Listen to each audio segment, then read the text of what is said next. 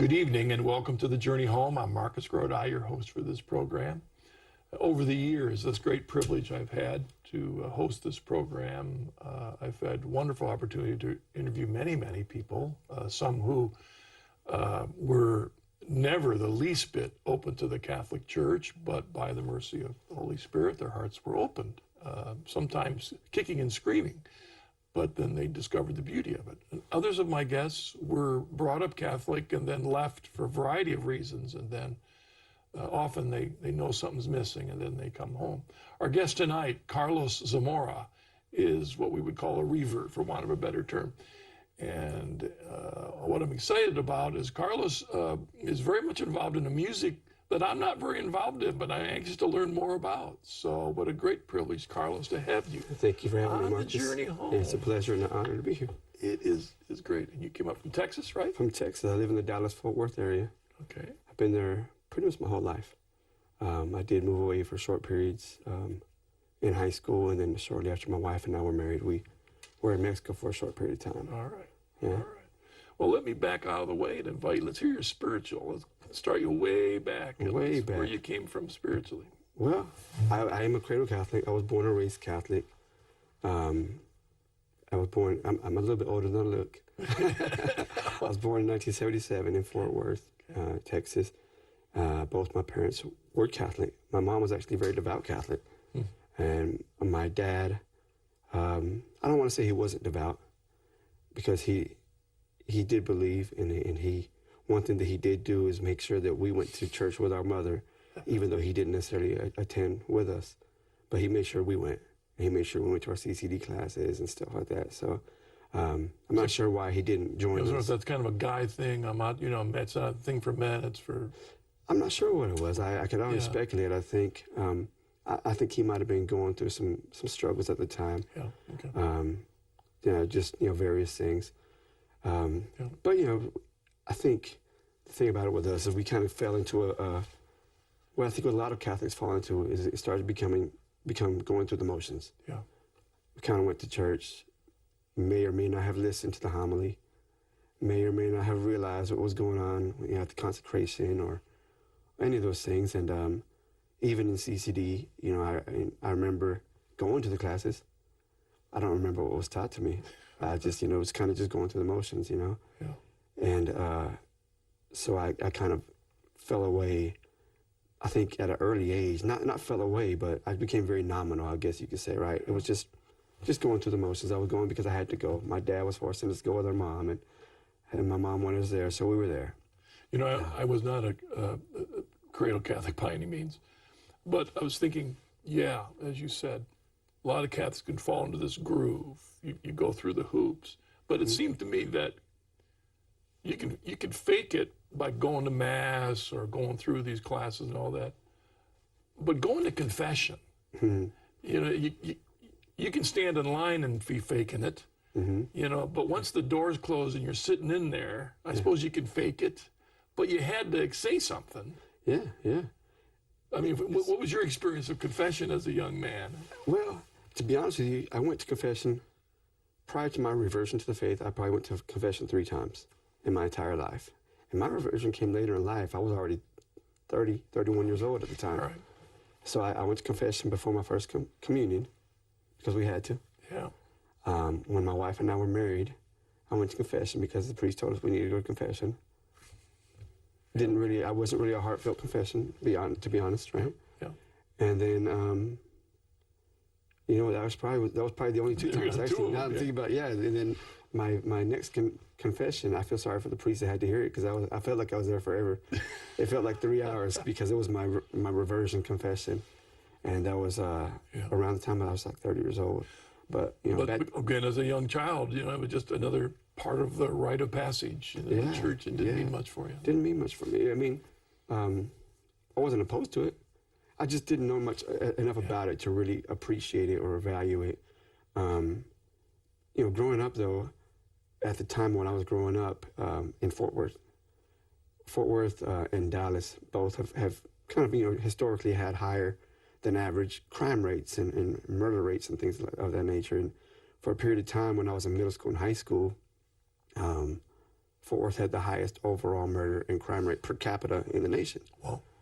And so where I was, it was very, very, very easy to kind of get involved with, gangs and drugs and those types of things. So that's, and not so much that I went looking for that, but a lot of the guys I grew up with got involved in that, and we were friends, so it was kind of natural to kind of get involved with it. And so we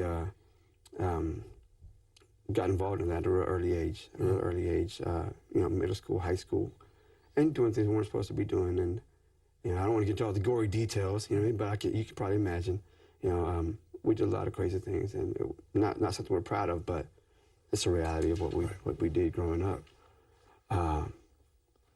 And It was about the money. It was about maybe the prestige, about the power, but maybe the effects it had on those other people's lives didn't cross your mind very much. No, yeah, you're right.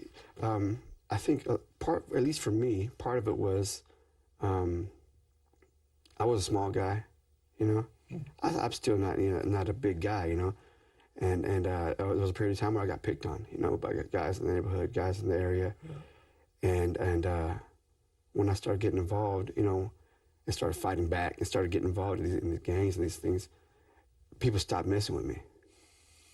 And it just felt like it gave you some power. It gave you some type of a way to fight back, right? And so that was kind of, for me, that's what it was. And then the more you get involved with it, the more you have to keep proving yourself, and that was even with the music I started doing, when, I guess for lack of a better word, when I started doing hip hop music, it was more along the lines of gangster rap music. How'd that start? Well, when I was I've always loved hip hop music. That's just my thing. It was just, I remember back in third grade, the very first hip hop album I heard was a group called Run DMC, and my brother came home with a cassette tape, let me hear it, and I was like, man, I was sold. I loved hip hop music from that time going forward. I started writing my own little lyrics, and in middle school and high school, we'd have these rap battles, I guess, where you kind of battle one hip hop and another. rap very Well, a hip hop similar is genre? I think hip hop is more of the culture. Rap is one part of the culture. So you have the break dancing, you have the graffiti, you have the rap. So hip hop is more of the culture, rap is more of the music. Okay. Yeah. And so we'd have these rap battles. We'd have these we would rap at house parties or raves or things like that. But it wasn't really something I was taking serious. Like it was fun and it was cool, but I had gotten involved in selling, selling some drugs, selling some dope and things like that. And so that was kind of where my money was coming from, right? And the music wasn't making me money. So I was like, this is fun, but this is making me money. And so I kind of got involved doing that a little further. And after high school, I actually got into some trouble in high school. And I ended up, my parents had me go live with one of my aunts down in South Texas to kind of get away from some of the issues I was involved with. I was right along the border. So Laredo's on the border of Mexico and the United States. And so you see down there, we have a tendency to kind of blame Mexico for this drug trade. Yeah. But being there firsthand and being involved in that type of thing, there's a criminal element there from the United States and there's a criminal element there from Mexico. They're both there, and it takes two to tango, right? Yeah. And I realized real quickly, I was like, well, I would see some of the horror stories that we hear about on the news, that we never really see. I saw some of those things happen firsthand, just maybe not, in person, but like I was right there a couple miles away from where it happened. Yeah. And so you realize how real it is. And that kind of scared me out of doing what I was doing, because I didn't want to be held responsible for those, having that blood on my hands, Or to be a statistic yourself. Or to be a statistic myself, yeah. So when I came back from Laredo after high school, I tried to kind of get away from that. And my escape was doing music. That was kind of my escape. And at the time, this was mid 90s, late 90s. That was the hip hop music. What was prevalent in hip hop music was gangster rap. That was the prevalent thing. It wasn't the more. Nowadays, there's maybe not as much gangster rap involved. At that time, that was prevalent. So that's what we kind of got involved with. And You're still going to church once in a while on the side during that time? yes and no. I did go. In fact, I actually. It was kind of over a period of time, I kind of felt myself getting further and further away from the church. Yeah. Prior to going to Laredo, if I take a step back a little bit, like I said, had gotten into some trouble, and my youth group, we would meet at the youth group's house, the youth leader's house, and they asked me to stop coming to the youth group because they felt like I would put some of the other kids in danger being there. And at the time, looking back, I can kind of see the perspective looking back at it. At the time, I felt like they were discriminating against me, like they just didn't like me, they didn't want me there. I was really hurt by it. Yeah. I wouldn't have had admitted it that back then, but, thinking back, I was hurt. I was really hurt, and I felt like, they just didn't want me to be there. And so I kind of felt myself getting further away from the church already at that time. Yeah. Yeah. And so... and I suppose if your understanding of church was just the externals, walking in the hoop, if no depth to it, then with all this stuff going on, why? Exactly. Right. Exactly. Because you don't, because a lot of the way that our, Protestant brothers and sisters, they think, they say, as long as you love Jesus, it doesn't matter what church you go to. And I remember hearing people say that, and it made sense at the time. So I kind of felt like, well, it doesn't really matter if I go to a Catholic church or if I go to any other church, right? And so I didn't go to any other church necessarily at the time, but I stopped going to the Catholic church. I kind of found myself falling away.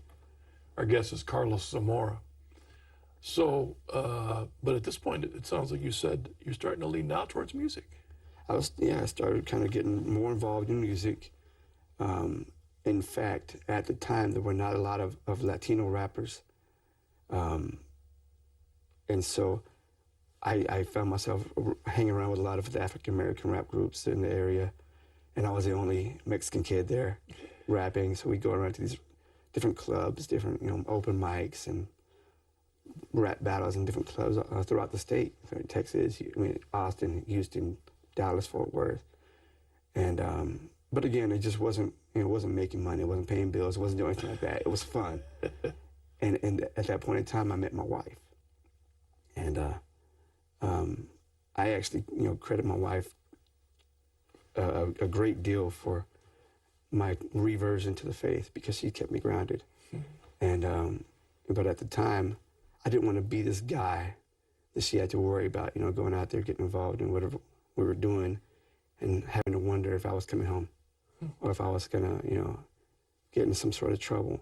Because the reality is that I realized shortly after I started doing hip-hop music that I was living kind of the same sort of lifestyle, just in a different venue.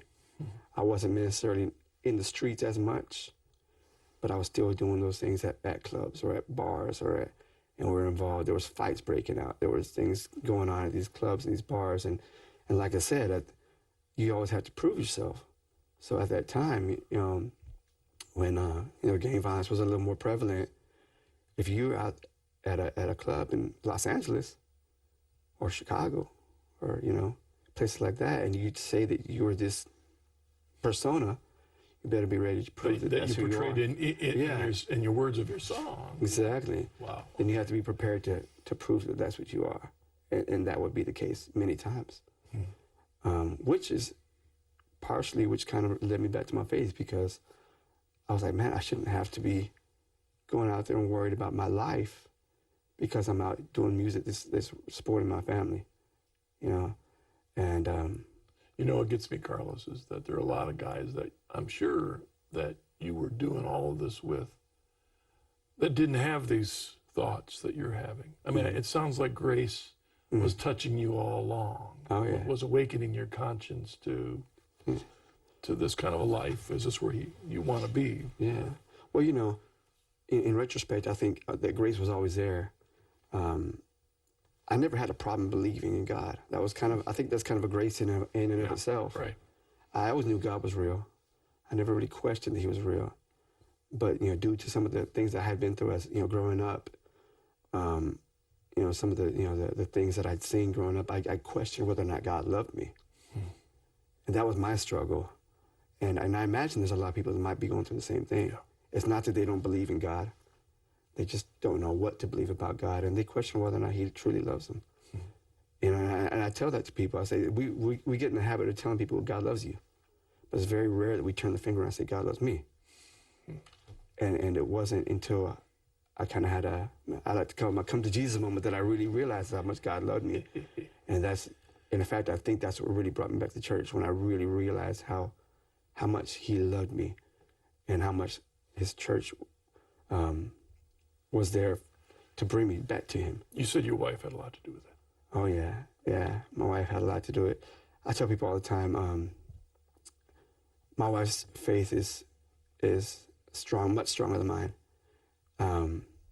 I had to get, when I was having my journey back to the faith, I had to download all these apologetics materials and, free college courses I'd find, and anything I could find, get my hands on. I'd, reading books. And I had to fill my mind with that to be able to make my journey back, right? And my wife didn't need that. My wife's faith was just strong as can be the whole time. And we used to bump heads, when I guess I should say, when I first had my experience of coming back to the faith, I actually consider myself to have left the Catholic Church. Right. I didn't come directly back to the Catholic Church. Yeah, and that's a big part of your journey. We need to make sure we don't skip that, because you had this awakening. Yeah. It was actually at a concert, at a gangster rap concert. So you're doing gangster rap, and you're fairly successful at it, right? We were. We had sold independently a little over 100,000 copies of our records and whatnot, and we had done some touring, opened some shows for a lot of major, platinum selling hip hop artists, major groups, We had even, done some collaboration work with some of the guys that we looked up to growing up, guys who were hip hop icons, but it just wasn't fulfilling. As much as I thought it was going to be, it wasn't. It was just, I still felt empty, and I didn't know what it was. And it was actually at a concert, a friend of mine, and I'm still friends with him to this day, we still talk regularly. He had asked us to come perform at what he called an all ages event. He said, there's going to be 1,500 people. It's all ages. And I wasn't sure what all ages meant. Okay, man, pay me. We'll be there. Come to find out, all ages is just another word. It's the cool way of saying a teenage event. So you get there, or we got there, and there were 1,500 people, but they were all middle school and high school age kids. Oh. And in my mind, I was kind of disgusted. I was like, wow, we don't have anything better to say to these kids than, all this filth that's in our lyrics, all this profanity and all this, the violence and stuff we were rapping about. And I felt really disgusted, mostly with myself, right? And I told him, I remember clearly, I said, did you really book a bunch of gangster rappers to perform for kids? That's crazy. And I told him, you should be ashamed of yourself. And he looked right back at me and just really matter of fact, just said, I'm not the one rapping it. You should be ashamed of yourself. And that just hit me like a ton of bricks. It was just like, I'm not even mad, That's probably the realest thing I've heard. That you're absolutely right. I should be ashamed of myself. And I probably was laughed at for a long period of time after that, because we had a little VIP section that was sectioned off for the artists. And I remember walking back to the area, and I ducked my head in shame on the table, and I sat there and I cried. And I didn't know what it was. I just couldn't stop.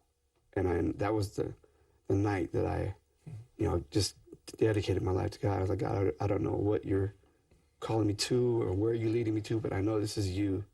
And I know this is you trying to get me out of something. And so I quit doing that type of music at that time. That was the last time that we did something like that. And didn't know. I'm sorry, go ahead. Did your music then transition to a different topic level, or what? Yes, it did. Not immediately. It took me some time to kind of figure out what I was going to do, because at that point in time, music was my only stream of income. And I didn't know what I was going to do. I was like, what am I going to do now? I can't rap about this stuff. I can't make money off this. I don't need that blood on my hands, you know? And so I was like, well, I'm going to transition into doing Christian rap. And, you know, in fact, if I go back just a little further, so my dad and I, you know, I want to be real careful how I talk about my dad. I don't want to paint him in a negative light or in any way, but we didn't really see eye to eye on a lot of things, and he was never thrilled about the idea of me doing rap music, to say the least. That's maybe an understatement. We might be like me. I don't understand it either, you know? Yeah. And we might just a negative view rather than giving it a Exactly. chance. You know?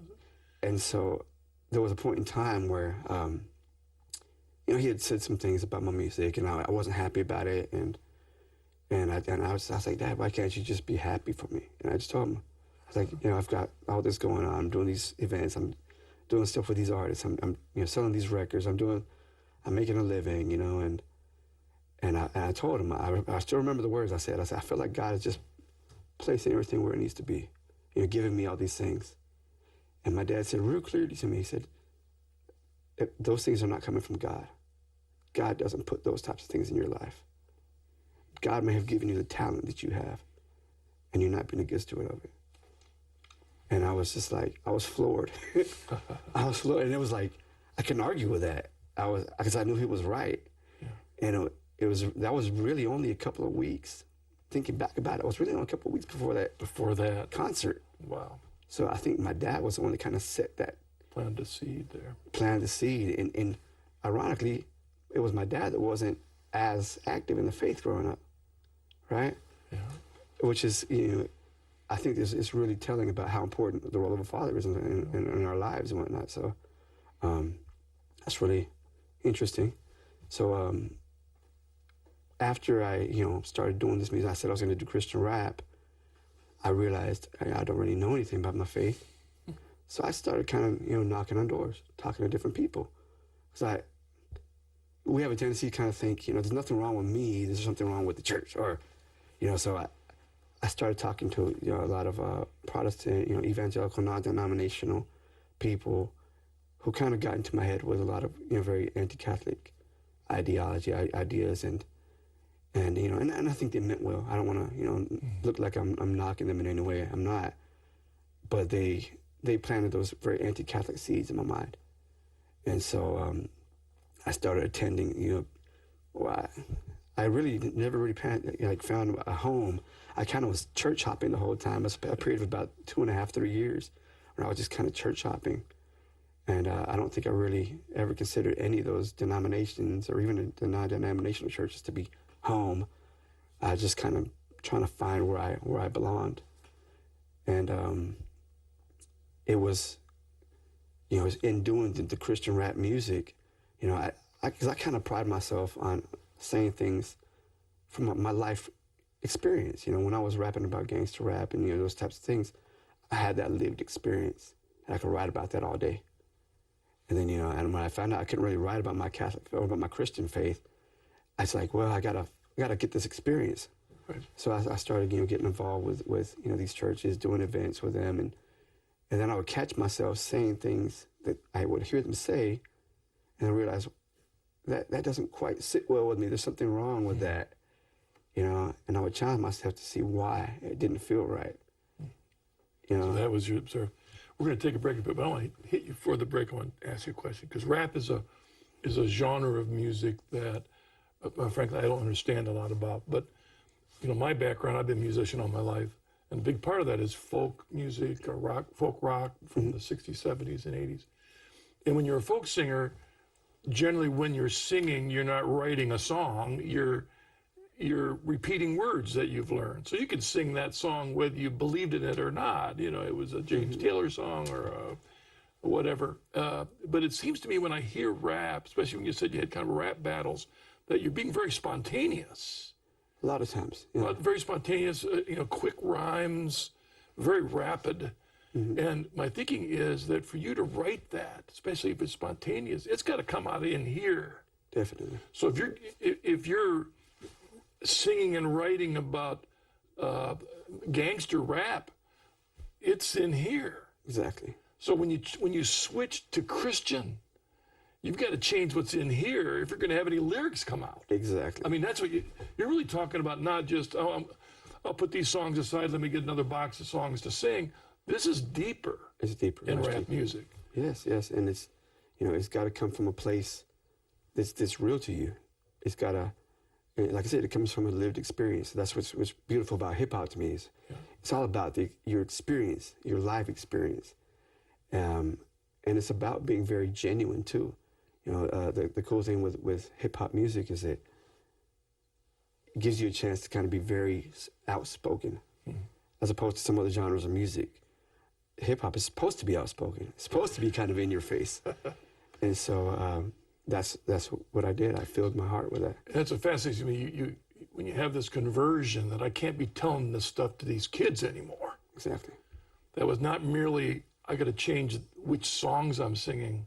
It's here because this is where it's coming out of. Yeah. But you can't just change overnight. Okay, now I'm going to sing this music because I got to reinvent what's going on inside of me so that what comes out of that is at this point is Christian. It is. Christian rap. You're not Catholic yet, but at least and what you're saying is that what you're learning about your Christian faith is not exactly what you learned growing up, Yeah. So we're going to pause there, though, because I want to jump right back into that when we come back after the break. And I do want to mention to the audience that Carlos's story, his conversion story interview, is on our website. So if you'd like to read the whole story or other stories like Carlos, please go to the website, chnetwork.org, and you can find the details of Carlos's story. All right, we'll be right back after the break. Welcome back to The Journey Home. I'm your host, Marcus Grodi, and our guest is Carlos Zamora, a revert to the church. And we paused you in your story where now you had an awakening to you don't want to do this gangster rap anymore, but you're moving into Christian rap, Yeah. which means kind of if you will, a revamping of your whole insides to understand your Christian background, right? Yeah. And I like I said, I like to be very sure of what I say when I say a lyric. I want to be sure that that's what I really mean. That's what I really want to say. So, like I said, I would find myself kind of saying things that I heard other Christian rappers say, or I might have heard a pastor say. That I didn't know why they didn't sit well with me, but something didn't sit well with me about it. Just for example, I would hear the term, faith alone, and in my studies, and I think probably many people have said on your show, the only place I ever found the phrase faith alone in the Bible was in James, where he says we're not justified by faith alone. And it didn't sit well with me. And I was just like, so I would find myself kind of challenging my own thoughts or my own thinking. And, over time, I was challenged more and more to kind of get, dig deeper in trying to, improve myself with my lyrics. And I was challenged by somebody that, and I don't even remember who it was now, but I was challenged by someone to read the Church Fathers. And I was like, okay, I don't know why. I'm saying people are probably not thinking that most rap singers are reading all this stuff, but the truth is that behind it, you're doing all this research. You'd be surprised about how intelligent and how articulate a lot of rap artists are. Yeah. I mean, even on the secular side, even they might not portray themselves in that light, but I mean, it takes some intelligence to be able to put together a body of work with that many lyrics and that much content. It takes intelligence.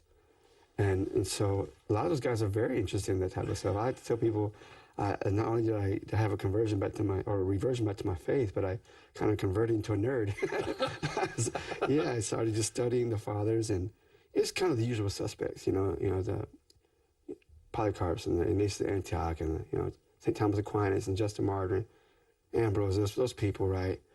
And then I remember, specifically, there was a pastor that I used to go to his church on Sundays, and he told me one day that Catholics believed that Jesus was truly in the Eucharist, in the wafer. He said, Catholics worship this wafer, and why do you want to go? Why would you even want to be part of that? And I don't remember ever learning that growing up. So I was like, I don't remember learning that. Are you sure that's what they believe? He's like, I'm positive. They believe that becomes the body and blood of Jesus. And so in my arrogance, I said, I'm going to prove them wrong. I said, I'm going to go study this and I'm going to try to prove this wrong. And I only, ended up proving to myself that it was true. The true presence of Jesus in the Eucharist. And that, at that moment, I still had a lot of questions in my mind. And in fact, one of my biggest, obstacles, was, marrying doctrines and things like that, which I still hadn't settled. But I knew that if that was Jesus in the Eucharist, I was like, how can I say no to Jesus?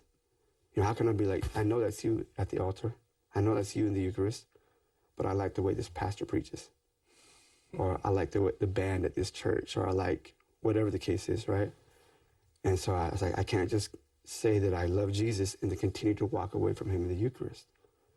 And that's when I realized, I was like, well, what do I need to do to get back in my Catholic faith? And I realized that I was just really one good confession away from that. And then back to what we were talking about with the confession, this was the first time I had ever given a heartfelt confession. I went to confession and I was there with that priest, and I actually made an appointment with him. I didn't go during the actual confession hours. I made an appointment with him, and I was real thankful that he took the time to meet with me.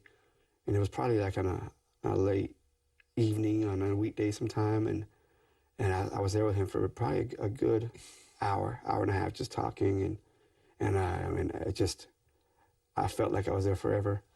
But it was I was glad that I did, because I knew I was back home, and I still had some things to sort out, marrying doctrines, things like that.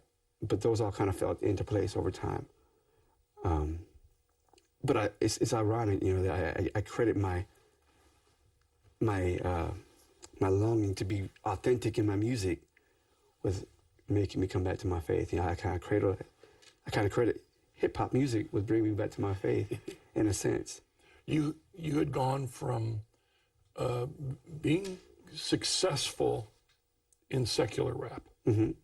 When you became Christian, yeah, did that affect your career in essence? Yes and no.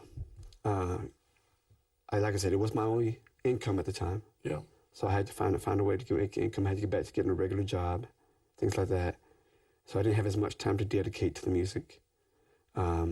Some of the people that listened to my old music were a lot more supportive than I would have anticipated.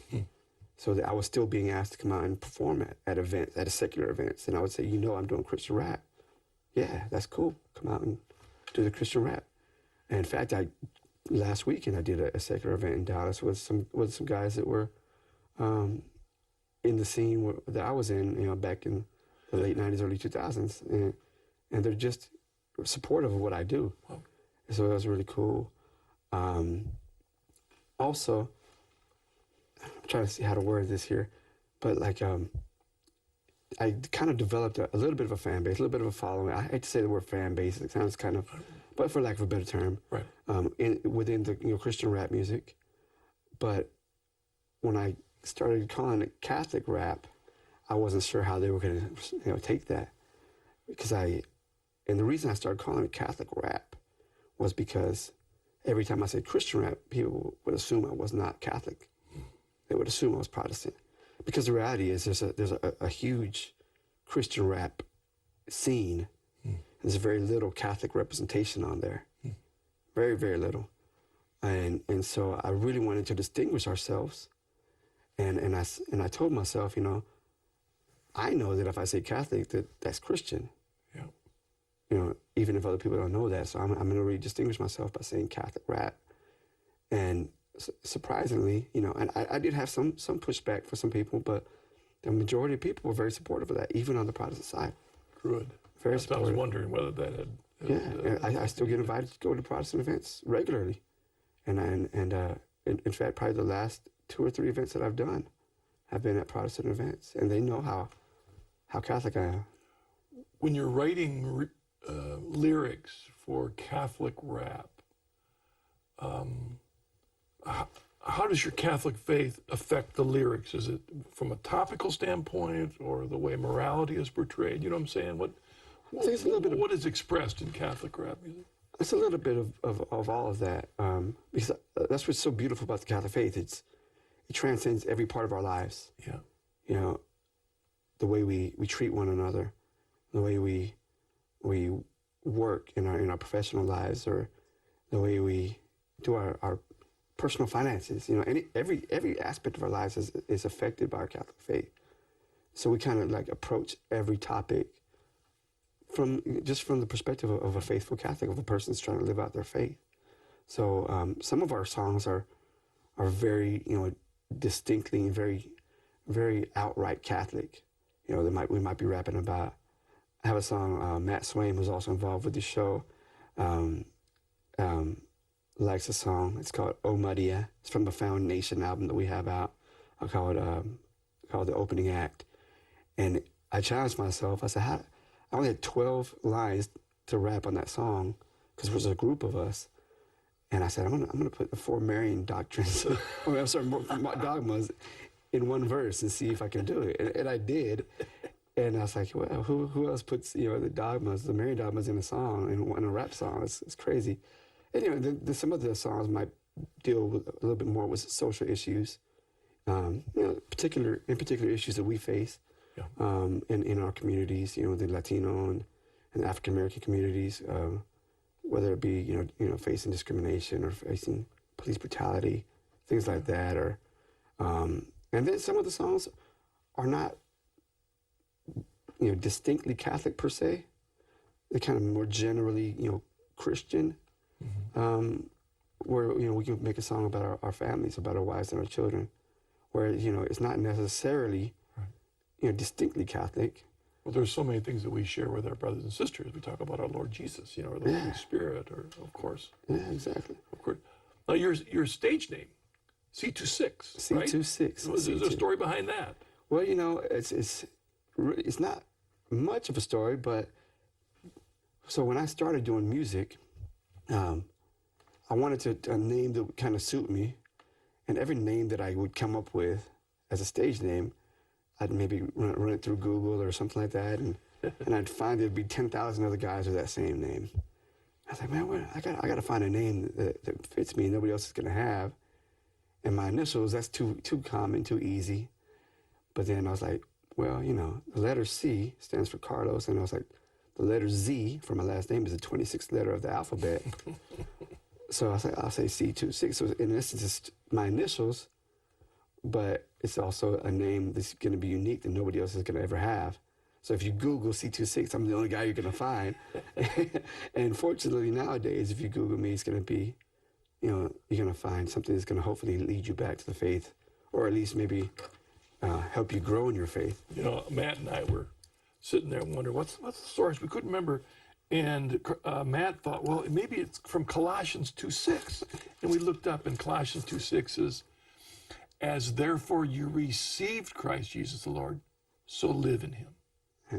I mean, it's a great, that's a great, you know, the way we received him by grace, that's the way we're called to live. Yeah. And in essence, I was thinking, yeah, that kind of fits, because that's what you want to communicate in your music. What we've received, this is the way we're called to live it out. Yeah, yeah. And, you know, living out the faith through music is, I think, you know, what my calling is. It's just, you know, there's a lot of guys that do a lot of work, you know, in evangelizing and reaching out to the youth. But I feel like, in particular, my group and I, we're called to kind of reach out to the more marginalized youth, whether, you know, it be the urban kids, the minorities, the kids that may be dealing with some of the issues we grew up with, you know, drugs, gangs, prison, you know, those types of things. And so the group of guys that I work with, A Foundation is the name of our group. That's kind of where we have a really strong devotion to working with those particular types of youth. In fact, we are part of a ministry called El Padrecito Ministries. El Padrecito. which is Father Maceo Gonzalez. He's a Franciscan priest in California, Archdiocese of Los Angeles. And that's kind of his passion as well. So when I made my transition from doing, just labeling Christian hip hop to doing Catholic hip hop, there was another struggle there because it was something that it was kind of unheard of. There were some guys that were doing it already. There was a group called, well, not a group, but there was a record label called Fat Mass at the time. And they had some stuff out, and but it wasn't necessarily the same type of music. It was a little bit, it wasn't maybe as gritty or so when we started coming out, there wasn't a lot of guys doing what we were doing. So we had to kind of build everything from scratch. It was like we were starting our own genre in a sense. And I don't want to say we were, because I kind of credit the first Catholic rappers to being Fat Mass and Father Stanford Tuna and Father Pontifex, people like that. They were doing it before we were. But I think we kind of built our own lane, and we started doing that. And I had reached out to Father Maceo because I was just trying to find guys who were doing what I was doing. He was doing this rap as a priest in California, and he was reaching out to the same type of people that I wanted to reach. So I reached out to him, and he got involved with what we were doing as Foundation. And there's 5 of us in the group of Foundation, 5 rappers. So we're a big group. Jokingly, we sometimes say we're the Catholic New Kids on the Block. But it's kind of funny. But, he's invested his time and his money and his resources into what we do. And it's opened a lot of doors for us because I think it helps people to take us more seriously because we do have spiritual direction. Yeah. Through Father Maceo, we do have a ministry that we're being held accountable by. It was what we say and what we do. St. Paul said, I've become all things to all people that I might save some. Yeah. Right? Mm-hmm. And I remember back in the 70s when I did a little bit of contemporary Christian music, part of the reason was that we figured this music might reach people who listen to that kind of music otherwise. Yeah. And so they're listening to this kind of music, but through this music, you can get the message in. I'm assuming that's the reason for Christian rap and Catholic Christian rap. Yeah. I think we all have gifts. We all have gifts, and whether or not we're a good or bad steward is what we got to kind of, deal with. And I think there's sometimes people think that what we're doing is using hip hop as kind of a ploy to kind of lure the unsuspecting listener into the faith, and that's not what we're doing at all. Right. We were hip hop artists prior to our conversions or our reversions, and we're just using the gifts. We're just rededicating the gifts that God gave us and using them in a different way. And that's why we kind of have a tagline that says authentic Catholic hip hop, because it's authentic. As far as the art form goes, it's authentic. It's pure hip hop. It's real hip hop music, but it's very orthodox. It's as Catholic as can be. We very overtly Catholic sometimes. And so that's why we have that tagline. And I think even if you're not necessarily Catholic, or even if you're not necessarily of the faith, maybe you're not even of the faith, I think that we can appreciate stuff that's real, that's genuine, that's coming from the heart, even if we don't agree with it. Well, I think one expression of how that your work and your gifts and your music was recognized is that you got a pretty major invitation once. A couple of times. Right. A couple of times. Talk about that. World Youth Day, right? World Youth Day, yes. 2013 was the first World Youth Day that we were part of. This is in Rio de Janeiro in Brazil. Wow. And we had never been to a World Youth Day, so I didn't know what to expect. And at the time, Pope Francis had recently become Pope, and it was close to his home of Argentina. And so there was 4.5 million people at the World Youth Day throughout the week, that we were there. And it was mind-blowing to see so many Catholics and so many people from throughout the world. I mean, if you think of a country, we met people from there.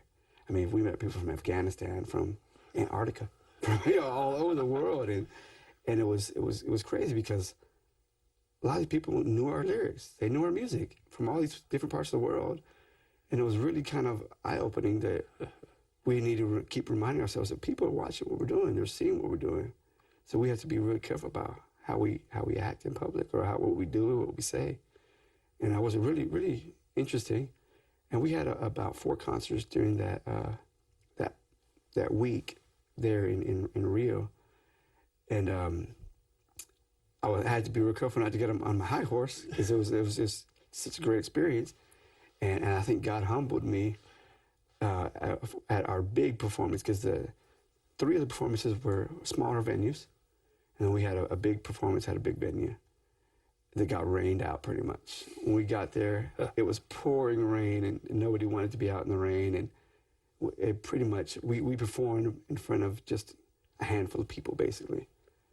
And that was, it kind of humbled me and reminded me that, we're not here for stage time. We're not here. Yeah, God has given us this platform to use our gifts, but we have to remember why we're using the gifts. What's the intent behind it, And it's not for self-gain. It's not for fame. It's not for anything like that. And so that was really interesting. And then later on, we weren't able to make it to Poland for the World Youth Day in Poland. But 2019, earlier this year, we were invited to come to Panama for the World Youth Day in Panama City. And this time, we did have a couple of bigger, opportunities as far as stage time is concerned. So opening night, we were at the opening ceremony, performing in front of 250,000 people, which is by far the largest crowd I had done up to that moment. And I was like, it was mind blowing. It was a lot of people. It was nerve wracking, but I had to keep reminding myself we're here, and it's not by accident. So God wants us to be here. Let's do what He's calling us to do. And then later on that week, we were at a youth prison that Pope Francis also visited. Wow. So the day prior to his visit, we were with the same youth at the same youth prison, doing some music and some talks, and got to eat lunch with the youth and hang out with them. And those youth prisons are tougher than our youth prisons, I'll say that much. Wow. They've got some pretty tough conditions in there. And the following day, that was kind of in anticipation of Pope Francis' visit. So that was really, really interesting. And then the final night of the World Youth Day, Pope Francis had a vigil, a prayer vigil, and we were one of the groups that was selected to perform after the prayer vigil. So we were on that big stage with Pope Francis during the prayer vigil, maybe about 20 feet away from him or so. And then we performed that evening in front of over 600,000 people. And it was just insane to think about, And to this day, we still get people that kind of reach out to us, hey, I saw you at World Youth Day. That was really cool. You touched me, and it helped me in my faith journey. So it's really rewarding. You never know how God can open a door for you if you're willing to say, Lord, I'll do whatever you want me to do. Yeah. Right? Yeah. We've also had some, the last 2 of the NCYC, the National Catholic Youth Conference, Right. NCYC in Indianapolis. We've been at the last 2 of those events as well. And so it's, it's really rewarding, because, you get out there and it never fails. You meet somebody who's struggling in their journey, how you can kind of be helpful in their journey. Just it reminds me of C26, as therefore you receive Christ Jesus, so live in Him. Yeah. And if God touches us by grace, but our response is free. And I think back on your own journey that you were having that gangster rap thing, and grace was saying no, and you responded. Yeah. And look what God's done. Mm-hmm. I mean, it's powerful. That is really powerful. Got an email I want to go to. Clarissa from Atlanta says, what advice would Carlos give to someone who wants to know how to balance a deep love of music while not losing his faith? My son has amazing